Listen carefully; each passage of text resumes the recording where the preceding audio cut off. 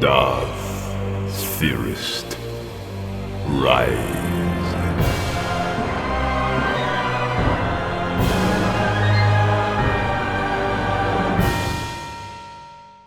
What if Palpatine was just an evil politician, not a Sith Lord? Let's explore the depths of it in the video. The meditation chamber on Serenno carries the scent of ancient wood and burning incense. Count Dooku stands at the window, watching the sun set over his family's estate, his elegant robes untouched by the breeze filtering through the open balcony. He is older now, distinguished, his beard silver and his bearing that of nobility, but inside something gnaws at him. The Jedi Order has lost its way. He has seen it for years, the Order's increasing entanglement with the Senate, the way the Council seems more concerned with political maneuvering than with the will of the Force. They have become enforcers of the status quo, blind to the rot spreading through the Republic's institutions. The thought turns bitter in his mind as he closes his eyes and reaches out through the Force, searching for clarity that never comes. Behind him, the door opens without a knock. Few would dare such familiarity with a Count, but this visitor is different. Senator Palpatine of Naboo enters with a warm smile, his robes simple but well-tailored, his demeanor that of a concerned friend rather than a political operator. He has been visiting Serenno for months now, ever since their first meeting at a Senate function. Their conversations have ranged from philosophy to politics, from the nature of governance to the failures of the Republic. My dear Count, you seem troubled. The Order I have served my entire life. I have come to the conclusion that I can no longer serve it in good conscience. You have seen what I have seen, then.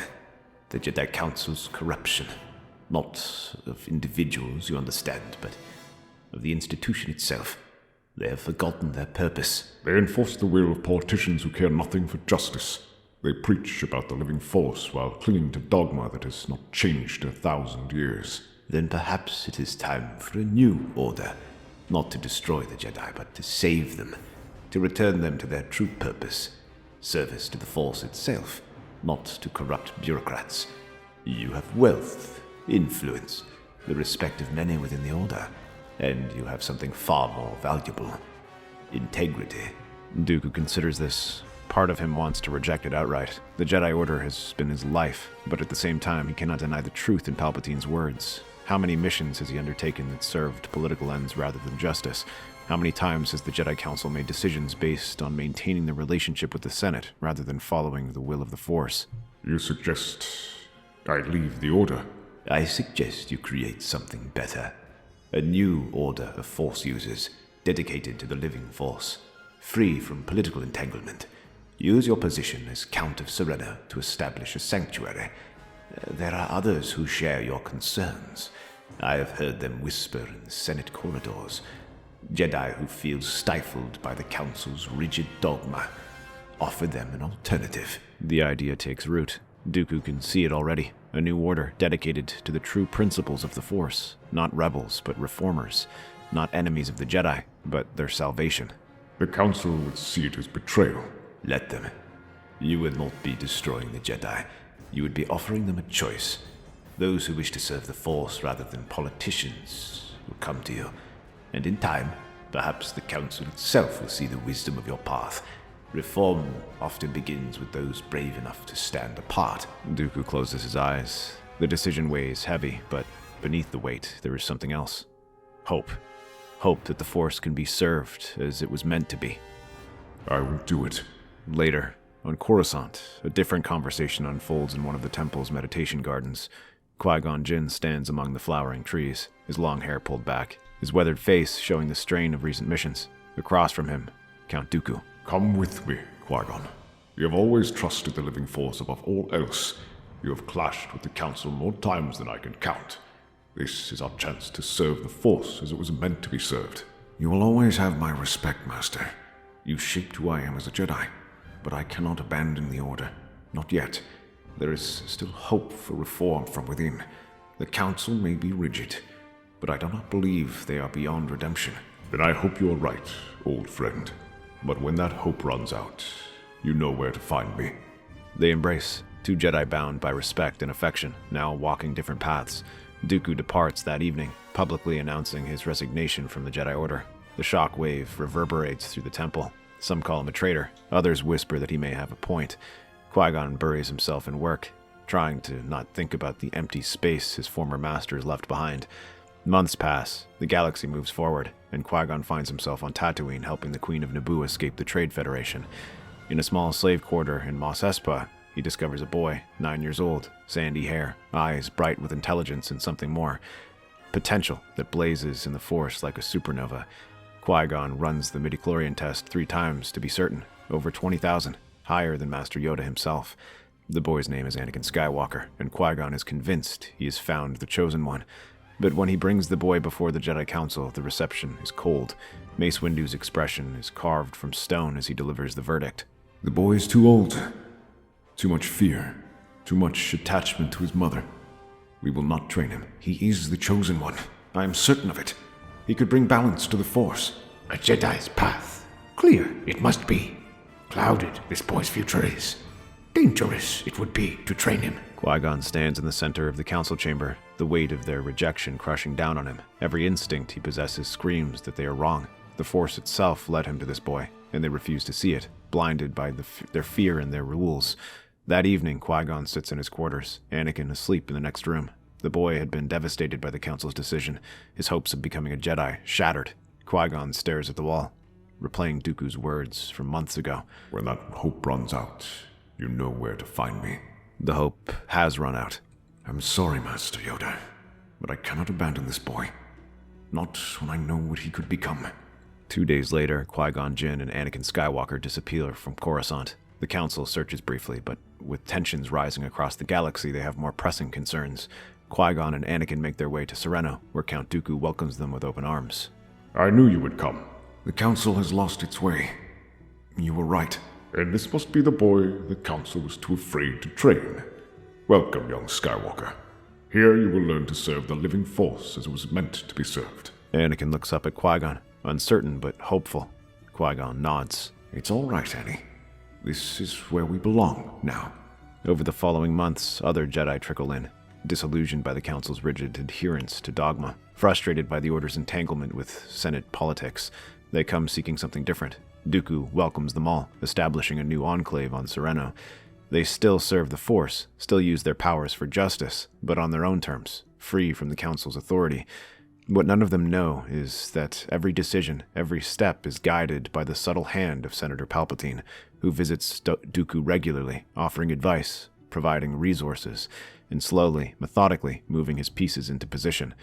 Years pass. On Serenno, Anakin Skywalker grows from boy to young man under the tutelage of Qui-Gon Jinn and Count Dooku. Unlike the rigid training of the Jedi Temple, his education focuses on the living Force, on listening to the natural flow of the universe rather than following prescribed forms. Anakin stands in the training courtyard, his lightsaber humming as he moves through a complex kata. His movements are fluid, graceful, but there is power behind each strike. Qui-Gon watches from the shade of a tree, pride evident in his weathered features. Good, Anakin. But remember, the Force flows through you. Don't impose your will upon it. Let it guide you. I understand, Master. It's just... sometimes I feel like I should be doing more. There's a war brewing in the galaxy. I can feel it. Patience. When the time comes, we will know how to serve. But the time comes sooner than expected. Count Dooku begins holding private meetings with Trade Federation officials, with representatives from the banking clan, and with leaders of the Techno Union. The conversations are always the same. Grievances against the Republic's taxation of trade routes, frustration with Senate corruption, promises of a better way forward. When Qui-Gon confronts him, Dooku's response is measured, but firm. Master, what are you doing? The Trade Federation blockaded Naboo. The banking clan enables Senate corruption. These are not allies. You think I don't know that? But consider, Qui-Gon, how do you defeat corruption? By attacking it from within. These organizations have resources, infrastructure, political power. If we can bring them into an alliance, we can use their strength against the very system they corrupt. And when the time is right, we seize control from them and rebuild the Republic as it was meant to be. This isn't the Jedi way. This isn't what the living Force would want of us. You're talking about political manipulation, about using the methods of those we oppose. The Jedi way has led to 1,000 years of stagnation. The Republic rots from within, and the Council does nothing but maintain the status quo. I am trying to save the galaxy, Qui-Gon. even if it means making difficult choices. The conversation ends in stalemate. Dooku moves forward with his plan, announcing the formation of the Confederacy of Independent Systems, a coalition of planets and corporations seeking to break away from the Republic. He paints it as a reform movement, a way to escape Senate corruption and rebuild something better. Qui-Gon sees it for what it is, a trap, though he cannot yet articulate how or why. That night, he speaks with Anakin in private. Pack your things. We're leaving. Leaving? But Master Dooku has lost his way, just as the Jedi Council lost theirs. We must find our own path. They depart Serenno under cover of darkness, 2 Jedi adrift in a galaxy spinning towards war. Qui-Gon doesn't know where they're going, only that staying would mean complicity in something he cannot support. The Force will guide them. Coincidence, Master Yoda might call it, though he knows there is no such thing. He finds Qui-Gon and Anakin on a backwater world, meditating in a forest temple, when his shuttle lands with a small escort. Lost you are not. Found you, the Force has. Qui-Gon rises, surprise evident on his face. Beside him, Anakin, now a young man of 19, tall and powerful, remains seated but alert. Master Yoda, I didn't expect... Desperate times, these are. Count Dooku's separatist movement. Civil war, it threatens. Senator Amidala of Naboo, under threat of assassination she is. Few Jedi remain after Dooku's departure. Many followed him. Help we need. There is no accusation in Yoda's voice, only wariness. The galaxy is tearing itself apart, and the Jedi Order, fractured, depleted, cannot hold it together alone. We will help protect the Senator, but we won't rejoin the Order. Not yet. Expected this. I did. Grateful we are, nonetheless. They return to Coruscant together, the first time Qui-Gon has set foot on the planet in years. The temple feels strange to him now, both familiar and foreign. But there is something here he has missed desperately. In the temple hangar, Obi-Wan Kenobi waits.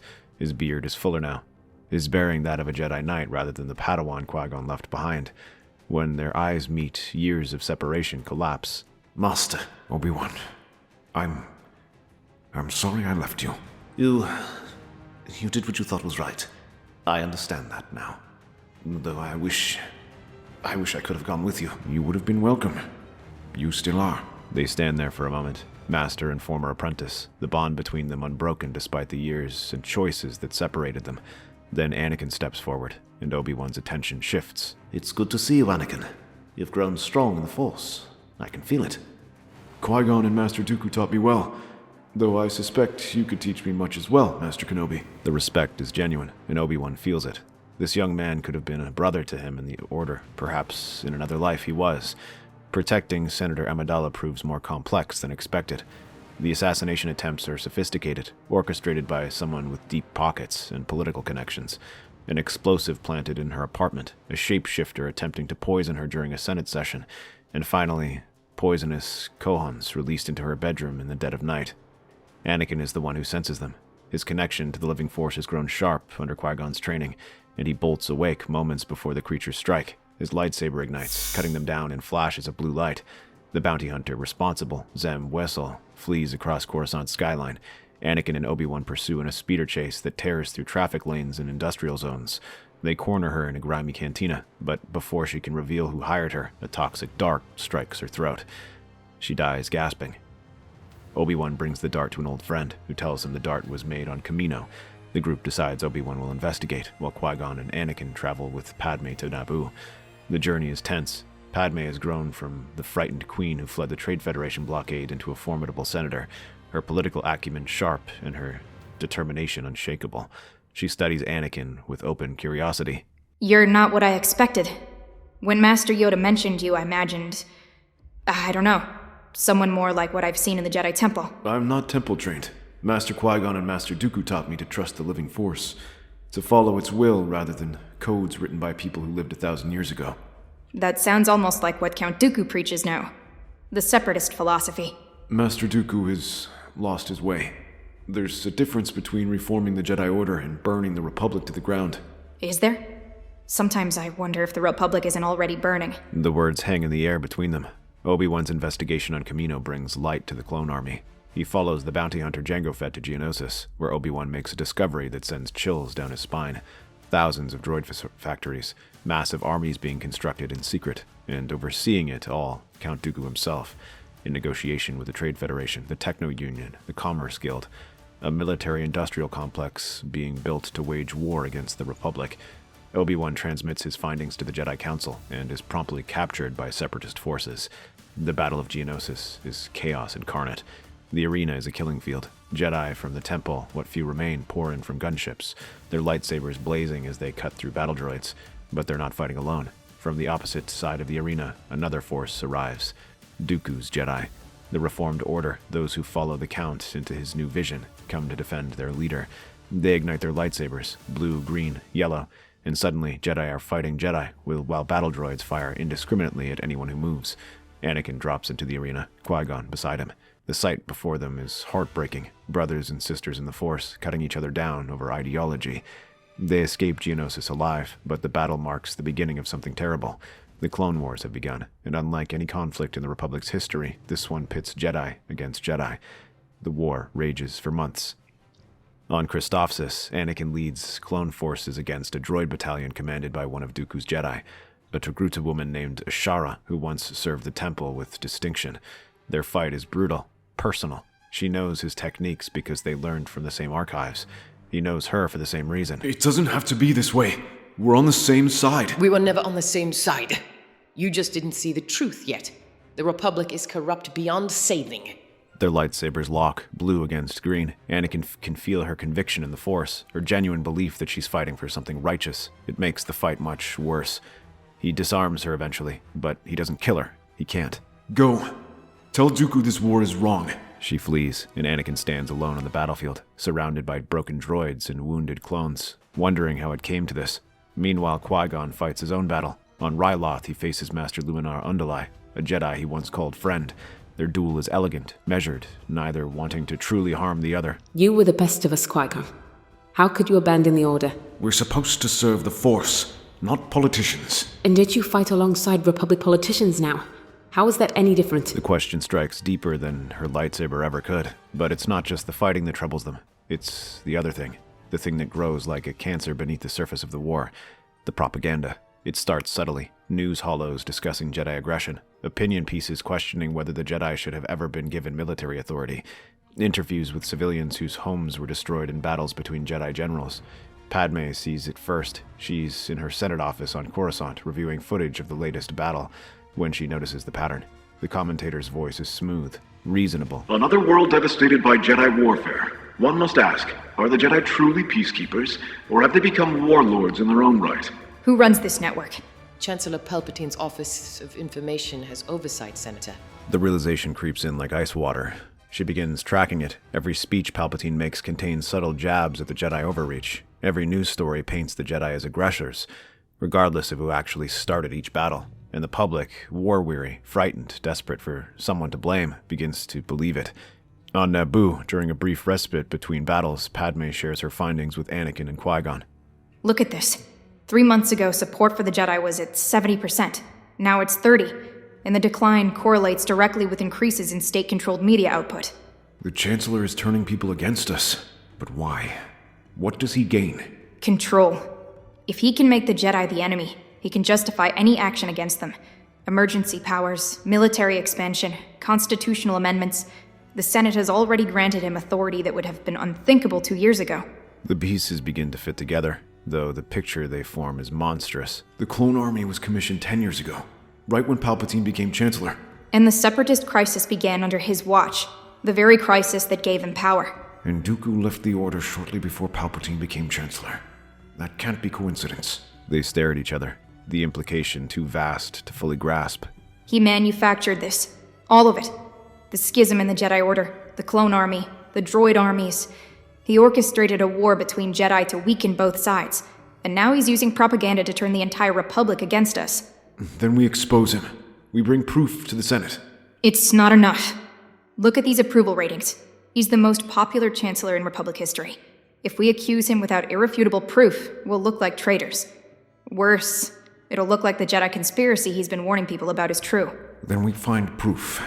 We investigate his connections, his financial records, everything. I can do that. My position as senator gives me access, but it'll take time. And time is something they don't have much of. The war accelerates.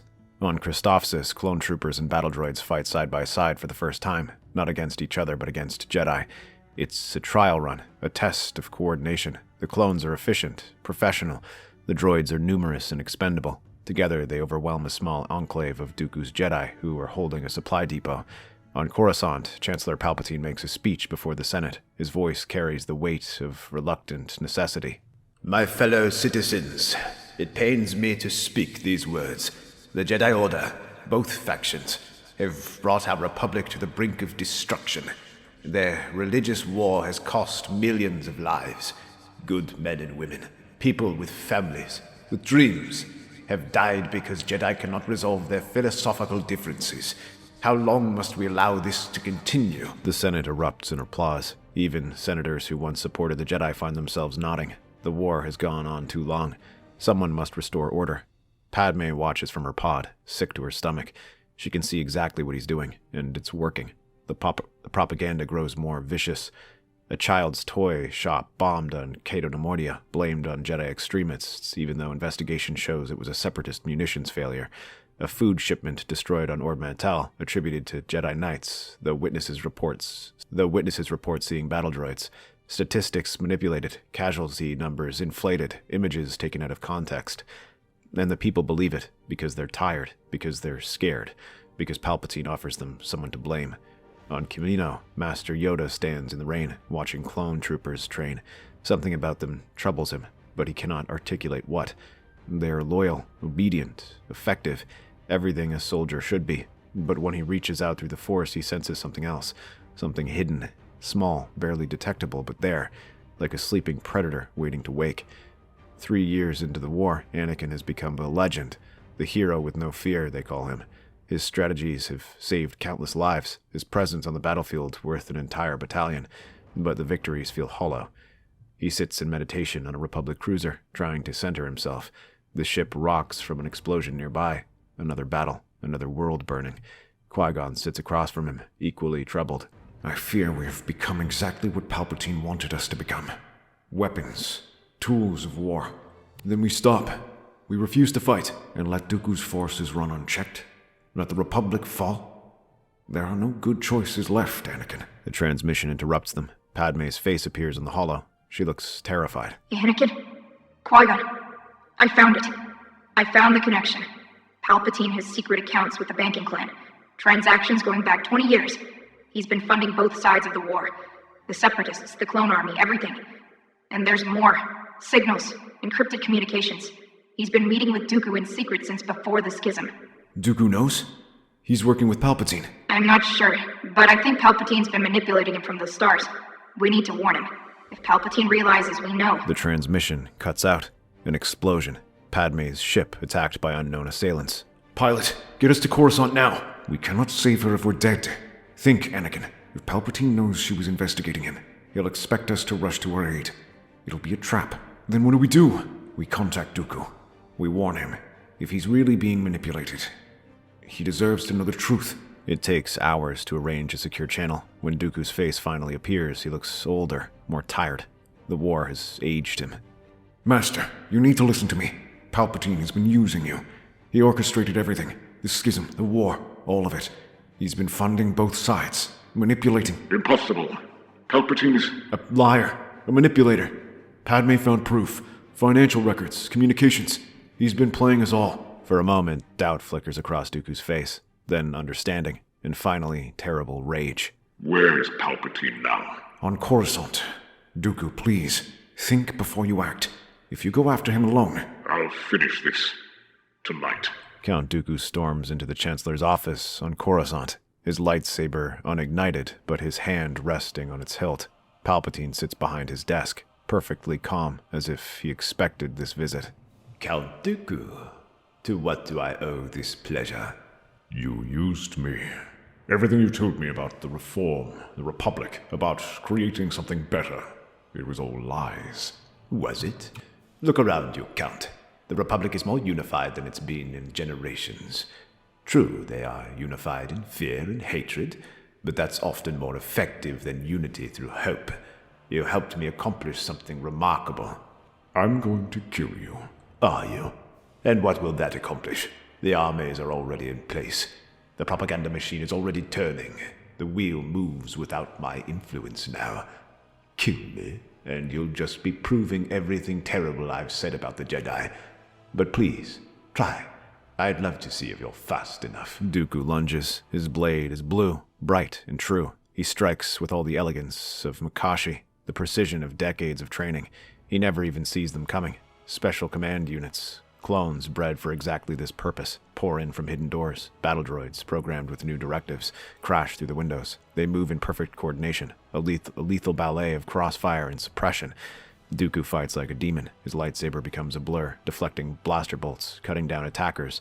But there are too many. A stun bolt catches him in the shoulder, and then another in the leg. He collapses, and the restraints click into place. Palpatine walks toward Dooku, looking down at him from above. You were useful, Count. More useful than you could possibly know. But the time for usefulness has passed. Now you'll serve a different purpose. An example. The face of Jedi treachery. The truth will come out. Qui-Gon knows. Others will know. Let them. Who will they tell?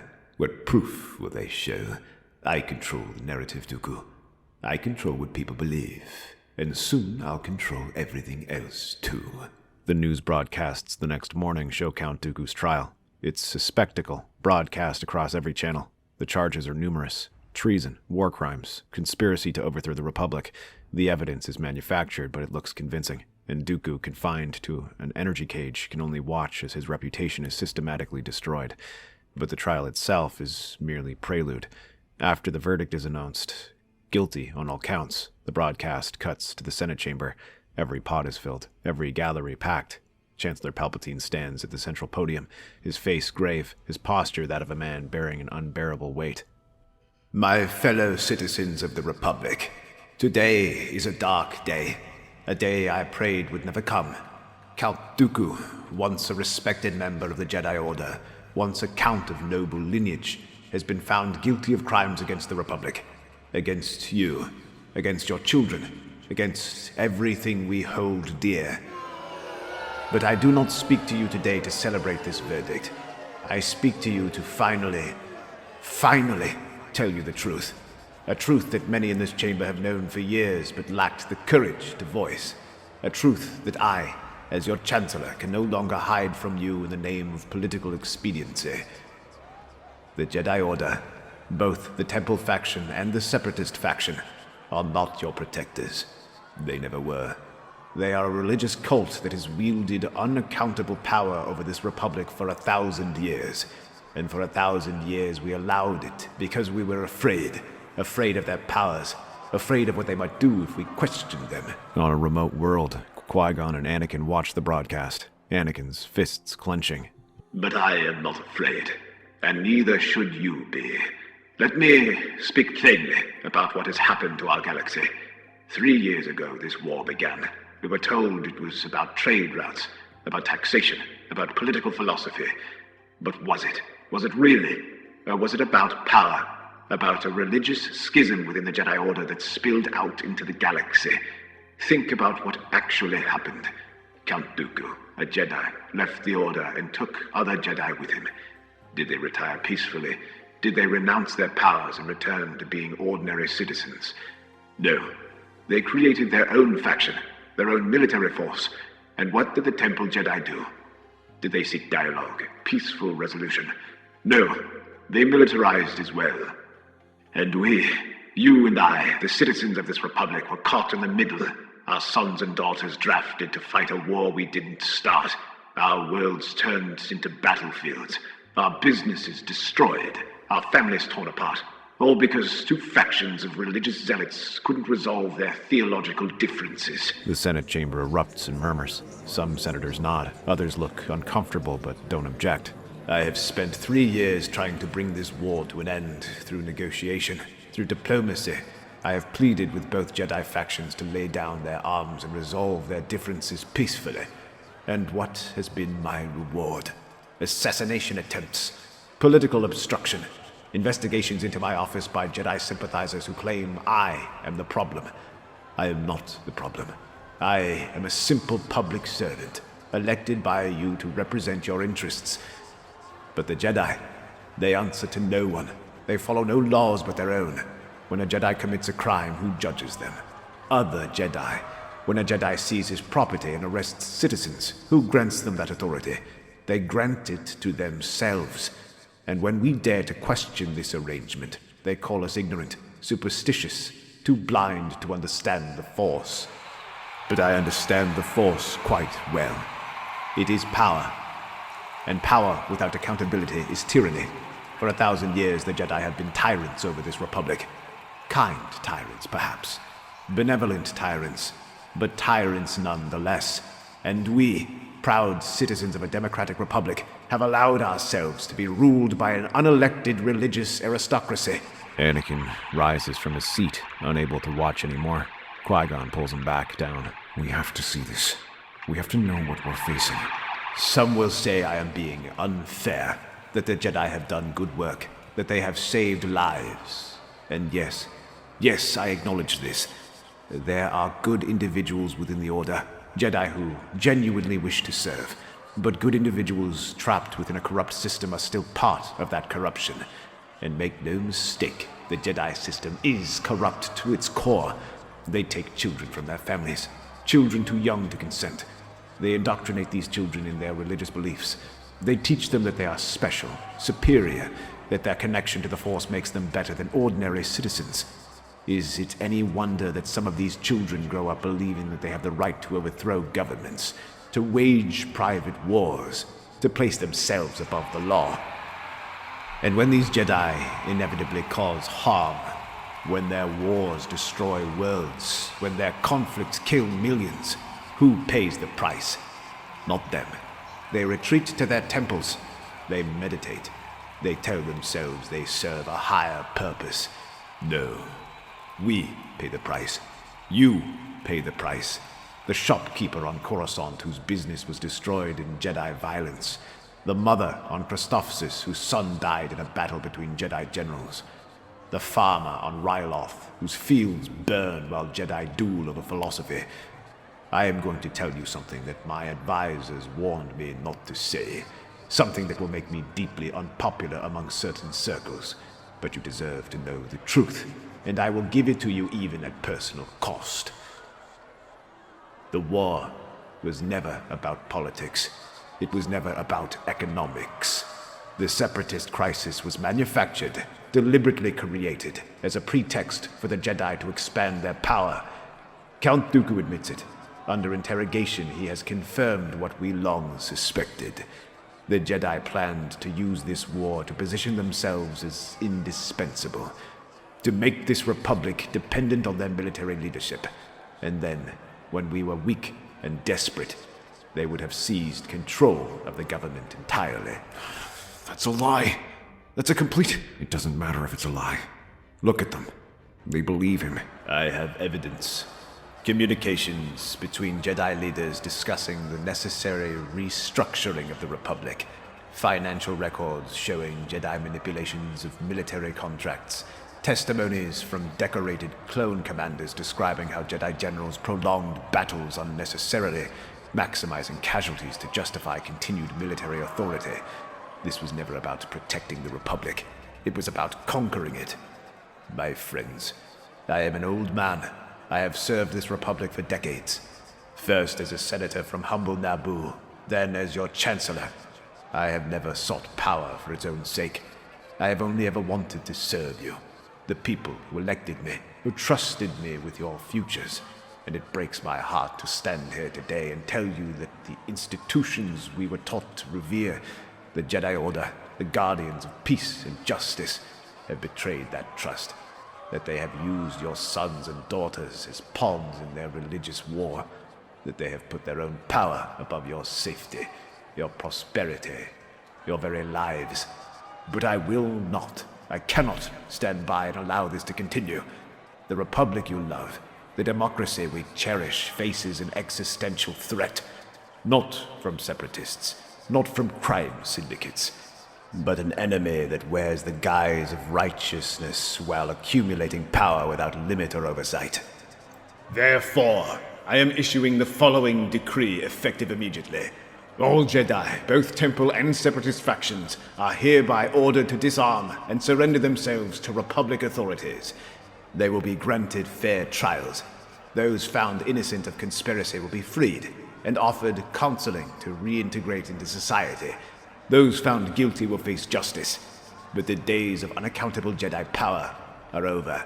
The days of religious warriors operating above the law are finished.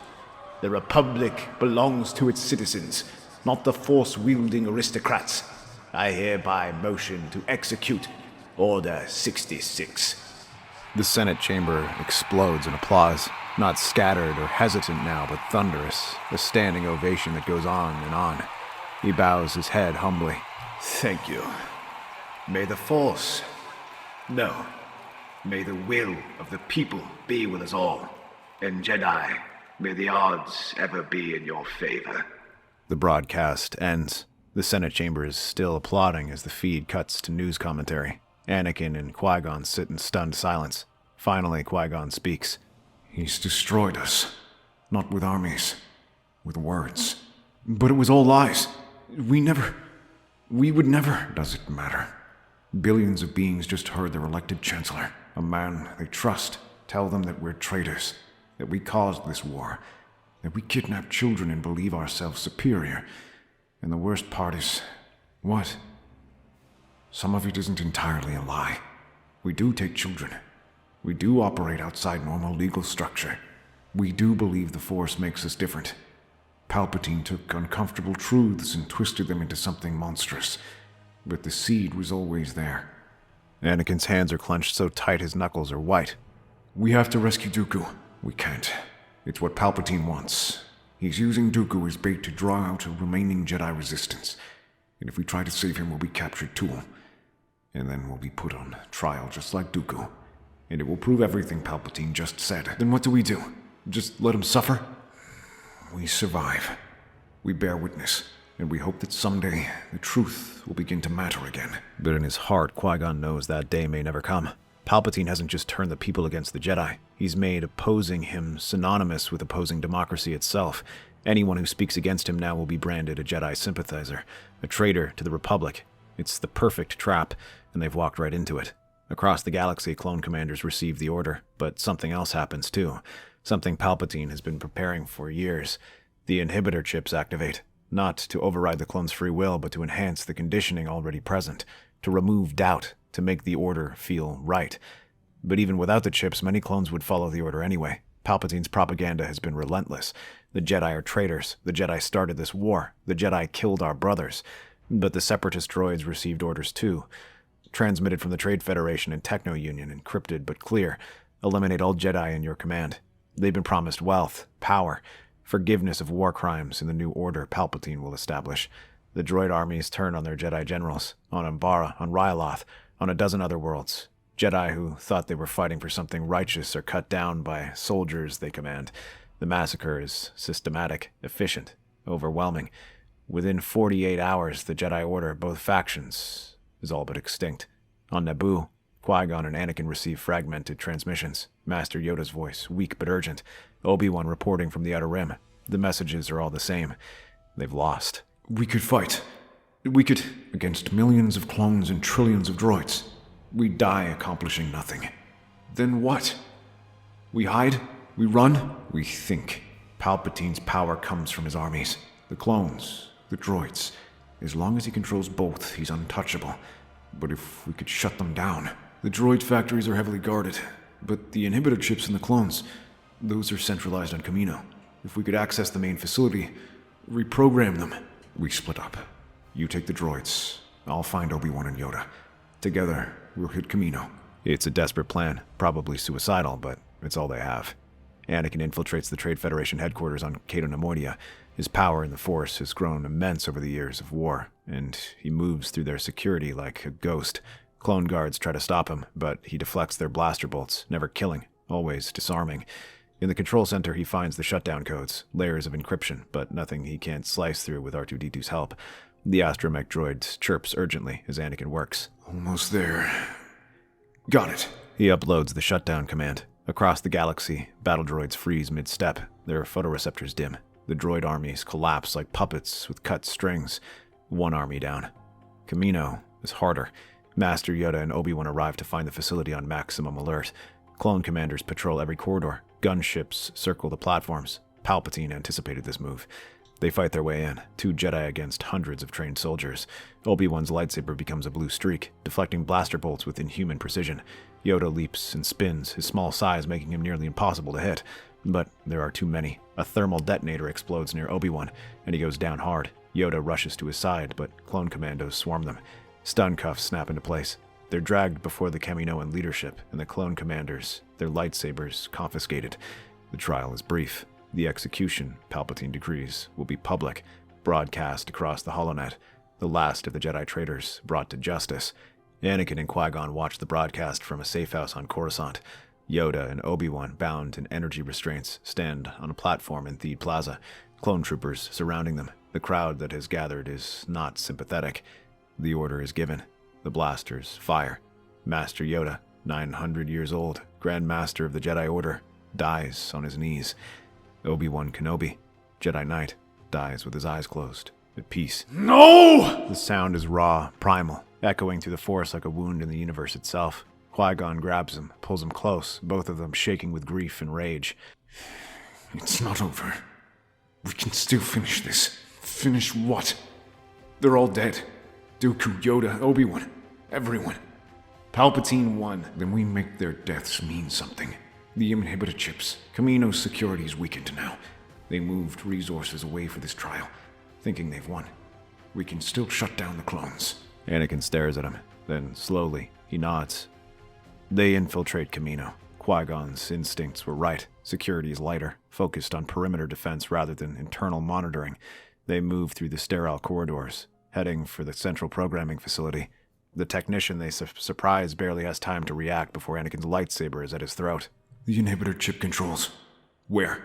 The technician points. Anakin forces him to access the system. Then they're in. The programming is complex, but not impossible to understand. Orders, protocols, behavioral modifications, all stored in a massive database linked to every clone in the galaxy. Deleting Order 66. This should do it. He finishes the upload. Across the galaxy, clone troopers pause mid-control. Their implants go silent. For the first time in years, their thoughts are entirely their own. But something feels wrong. Anakin and Qui-Gon turn to leave, but there are no alarms, no guards rushing to stop them. This was too easy. They make it out of the facility, commandeer a ship, and flee Kamino. Only in hyperspace do they allow themselves to hope. On Coruscant, Chancellor Palpatine receives the report with a thin smile. The inhibitor chips have been deactivated. The clone's conditioning is diminished, but not gone. Years of propaganda don't disappear with the flip of a switch. The clones still remember the Jedi-led wars. They still see the destruction those wars caused. And when clone commanders on a dozen worlds continue to hunt Jedi without orders, Palpatine understands that he's won something more valuable than obedience. He's won the hearts and minds of his soldiers. Anakin and Qui-Gon have been tracking Palpatine's movements obsessively. The Chancellor has grown bolder, more confident. His security has actually decreased in recent weeks, as if he's daring someone to make a move. It's a trap. It has to be. Then we spring it. What other choice do we have? We could leave. Disappear. The Jedi Order is dead. Let Palpatine have his empire. We could find peace somewhere. You know we can't. As long as he lives, he'll hunt us. Even if he didn't. Obi-Wan deserves justice. Yoda deserves justice. We end this. Tonight. They infiltrate the Senate building through maintenance tunnels. No guards stop them. No security systems trigger. They reach Palpatine's office, and the door is unlocked. Inside, the Chancellor sits at his desk, hands folded, waiting. Master Jin, young Skywalker, I've been expecting you. Your war ends tonight. Does it? Look around you. No guards, no traps, just an old man and 2 Jedi. You could kill me right now. Strike me down and save the galaxy. So why hesitate? What are you playing at? Look. They turn. The entire wall is covered with holoprojector screens, thousands of them, and every single one shows a different angle of this office. Live feed, broadcasting on every channel, every network, across the entire holonet. Trillions of beings watching us right now. So yes, kill me. prove to everyone that I was right about the Jedi all along. Or lower your weapons and try to explain why you're not the assassins I've warned them about. Anakin's grip tightens on his lightsaber. He can feel Qui-Gon's uncertainty through their bond. You can't win, Skywalker. Even if you kill me, the system I've built will continue. The propaganda, the laws, the military structure, it's all self-sustaining now. I'm not the disease. I'm just the symptom. You murdered my friends. You destroyed the Jedi Order. You threw the galaxy into a war that killed billions. I did. And I'll be remembered as the man who saved the Republic from religious zealots. History is written by the victors, young Skywalker, and I have already won. The silence stretches, trillions watching, waiting to see what the Jedi will do. Anakin looks at Qui-Gon. The old master's face is anguished, torn between justice and wisdom. Then Qui-Gon closes his eyes and nods once. Anakin strikes. His lightsaber drives through Palpatine's chest. The Chancellor gasps, blood flecking his lips. He falls backward, hitting his desk, sliding to the floor. And across the galaxy, trillions of beings watch a Jedi murder their beloved Chancellor in cold blood. Thank you. He dies. The transmission continues. They don't make it out of the building. The mob forms within minutes. Not clone troopers. Those are scattered across the galaxy. Not droids. Those are deactivated. Just people. Citizens of Coruscant. Ordinary beings who have been fed a steady diet of anti-Jedi propaganda for years. They tear through the Senate building like wildfire. Anakin and Qui-Gon fight their way toward a landing pad, deflecting blaster bolts, trying desperately not to kill anyone. But there are too many. A thermal detonator. A lucky shot. Qui-Gon falls first. His last words a prayer to the living force. Anakin fights on alone, but he's exhausted, grief-stricken, and surrounded. When the end comes, it's almost a relief. 3 days later, a holovid plays across every screen in the Republic. It's a recording made years ago, looking directly at the camera. If you are seeing this, I am dead. Murdered, no doubt, by the Jedi conspiracy I have warned you about. But my death was not in vain. I ensured that justice would prevail. Count Dooku. The image shifts to show Dooku in his cell, alive despite the reports of his torture. He looks older, frailer, but his eyes are clear. He was never a traitor. He was my ally. Together we planned the downfall of the Jedi Order, the greatest threat our Republic has ever faced. Some may call me a villain. History may judge me harshly, but I did what was necessary to protect you, the citizens of this great Republic. And now I name Count Dooku as my successor. Trust in him as you trusted in me. He will guide you to a new era of peace and prosperity. The recording ends. Across the galaxy, beings process this revelation. Some are horrified, many are confused, but most, war-weary, desperate for stability, molded by years of propaganda, accept it. Dooku is released from his cell. He assumes the position of Chancellor, and the Jedi Order is extinct.